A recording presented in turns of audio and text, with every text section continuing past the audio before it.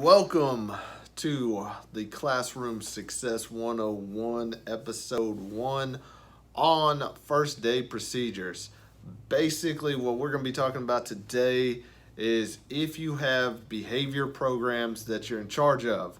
Okay, so, when it comes to the beginning of the school year, a lot of the times we get sucked into this nothing but PD, professional development, all day long. We barely have time to get into the classrooms. The school districts seem to think that we have a lot more things that we need to learn than try to get our classroom ready. I still been in this field for like 10 years. I still don't understand why we spend so much time in professional development that we learn things that doesn't really pertain to us. Sometimes it does, but most of the time, I don't know. I just feel like I'm sitting in there and I'm wasting the day. Okay, I'm a firm believer, and I believe that time is crucial. It is your greatest asset, so use your time wisely. And half the time, I feel like at the beginning of the school year, it's wasted.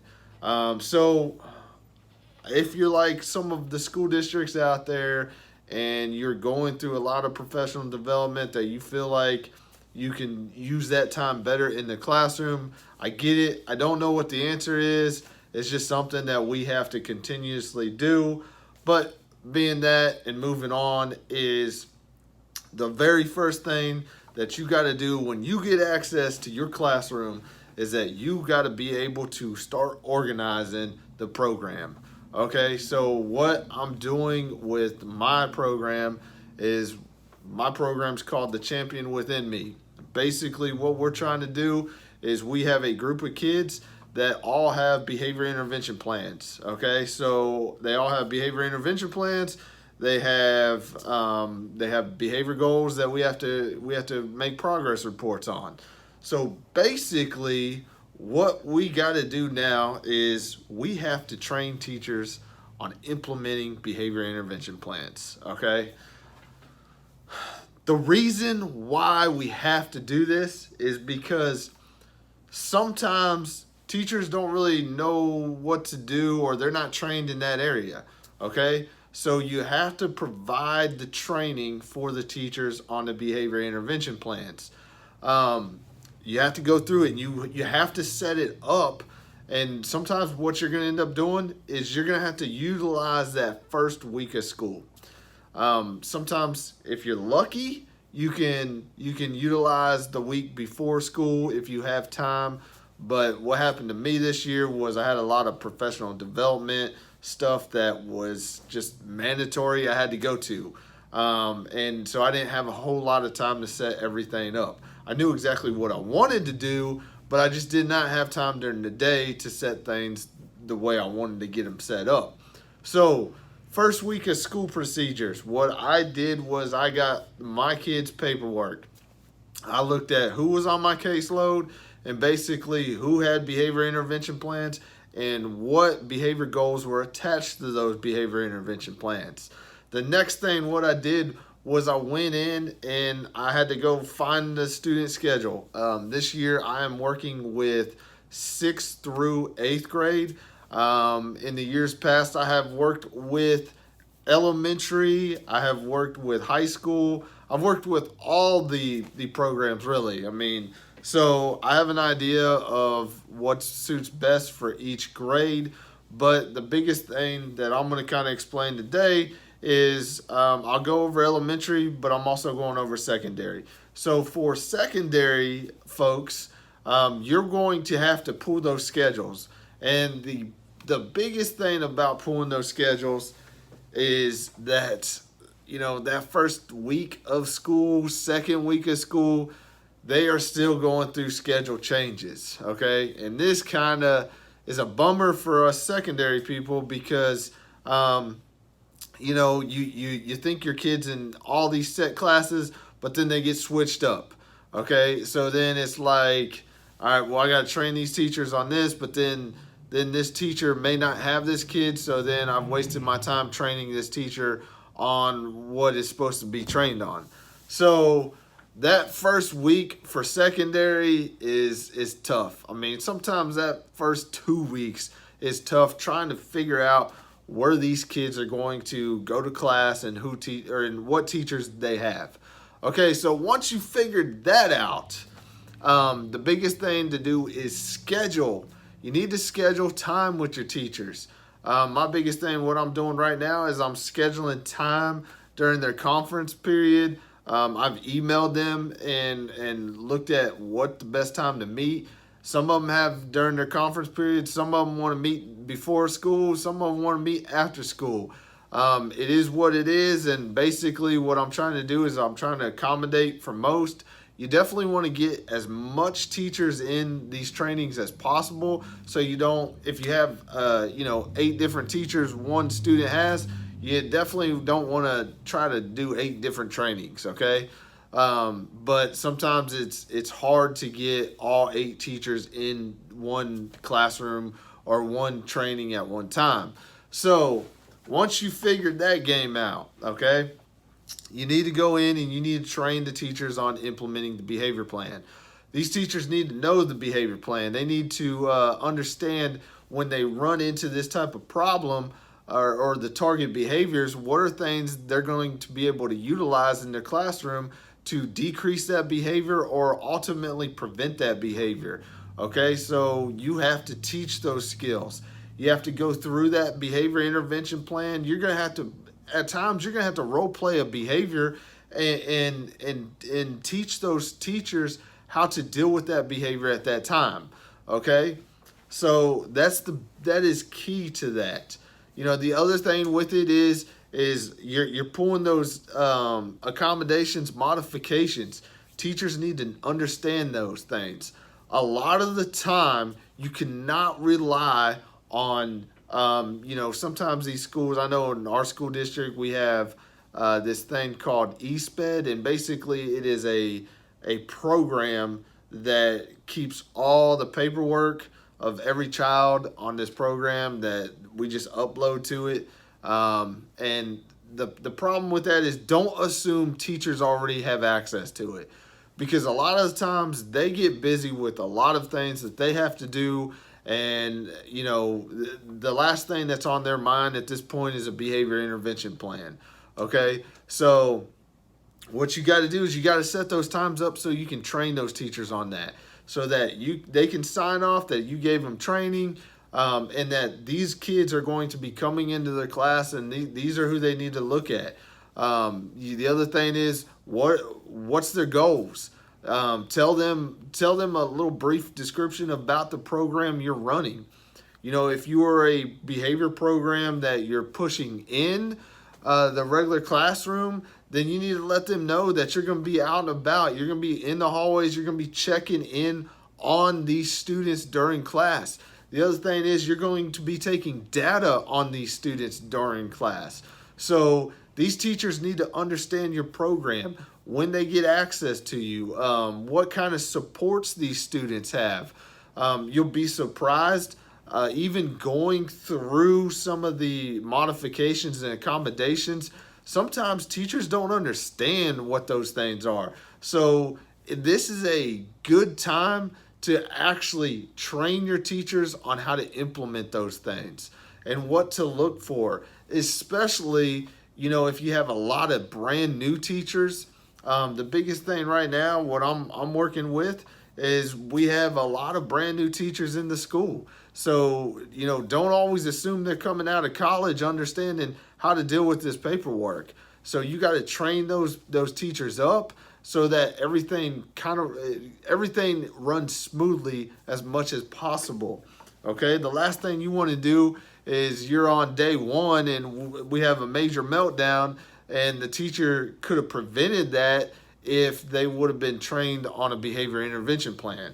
Okay, the next thing you need to look at is look at the okay, no, let's take this back. The thing with elementary, okay, it is easier at the elementary because basically at elementary is usually you're only having 1 or 2 teachers that you got to train for the kid. The kid doesn't have like a whole day worth of 8 to 9 teachers. So it's a little bit easier in the elementary realms than it is in the secondary. There's a lot of moving parts in the secondary. It's just, and you gotta kind of work with each teacher. So basically, moving on from there, the next thing you need to do is you need to get back into your classroom and you need to be able to look at your goals. Are those goals measurable? You know, the one biggest thing that we did a really good job this year or this past year was making sure all our goals are measurable. How are you going to take data on those goals? Because the biggest thing with it is you don't want to come to progress report time and don't have any kind of data, and all we're doing is guessing and estimating or just thinking of, okay, how's this kid's progress report? Oh, he's doing good. That's not good enough. You want to be able to organize your stuff out so that you have really good data for progress reports. The way I am doing that with the program that I've created for our campus, the program I've created for our campus is the Champion Within Me. And basically what I'm doing is I am having, my team go into each student's classroom at least 2 times per week to take a 15 to 20 minute observation. That's a lot. I'm not going to lie, that is a lot. But if you have a team, make sure you utilize that. I can tell you right now, the best thing to do when you have a team is train them on how to take data. This is going to save you big time when it comes to the progress reports, or if parents want to automatically call an ARD or somebody wants to call an emergency ARD. Make sure that data is being kept and is updated weekly. You don't want to come to an ARD with all this paper and say, well, I got like this much pieces of paper that have all this written data on it.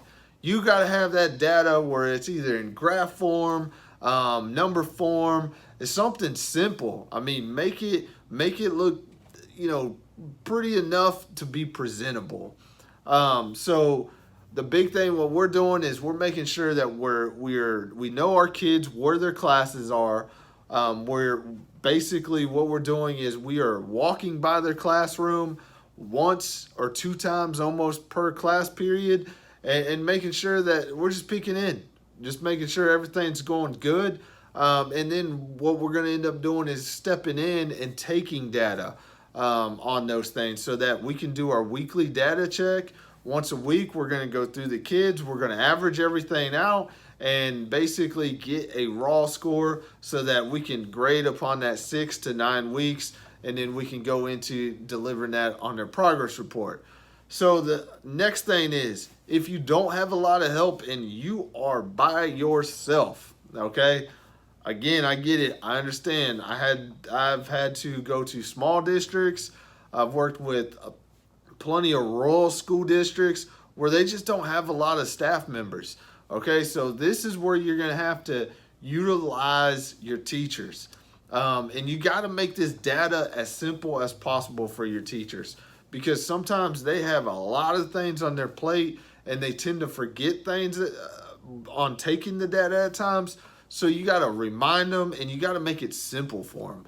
Usually what I do is I put that stuff on like a Google Doc, and I upload it, and so that I give access to every teacher, and then even parents want to know how their student is doing throughout the day. That's an easy way to be able to do that. We call that either a daily behavior report card, or we're looking at a weekly behavior report card. Just depends on, what's the frequency of the behavior, how often is the goal requiring us to take data. So that's the other piece to it, okay? So as you got your behavior intervention plan trainings done, teachers know exactly who your kids are, what's expected of them on how to deal with behavior within the classroom. And then you got your goal sheets ready where you're going to be able to take data. Those are going to be the big key things that you need to do to get your classroom organized if you're in a behavior program.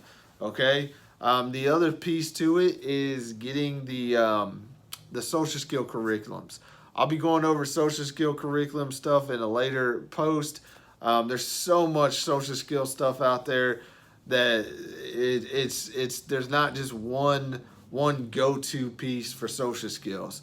But one of those things right now is, I know y'all have seen some of my posts on the storyboard where I did post a lesson plan of what I was doing for my social skills, and I'll be posting those as well, to help y'all get a better idea of what we're doing. Again, I'm creating a behavior program for kids that are in the regular classrooms. And what I'm doing is making that program where it is organized. It has the data that we need, and I will be going over that stuff as well, because I know there's a lot of you all out there that are wanting to know what kind of behavior programs that are offered. So I do have one I am creating right now, and I'm going to be utilizing that for this year. All right, other than that, I will see you in another post. Y'all have an awesome year and an awesome day. School is either around the corner, it started for you, but it's here. So y'all get organized, and I'll talk to y'all later.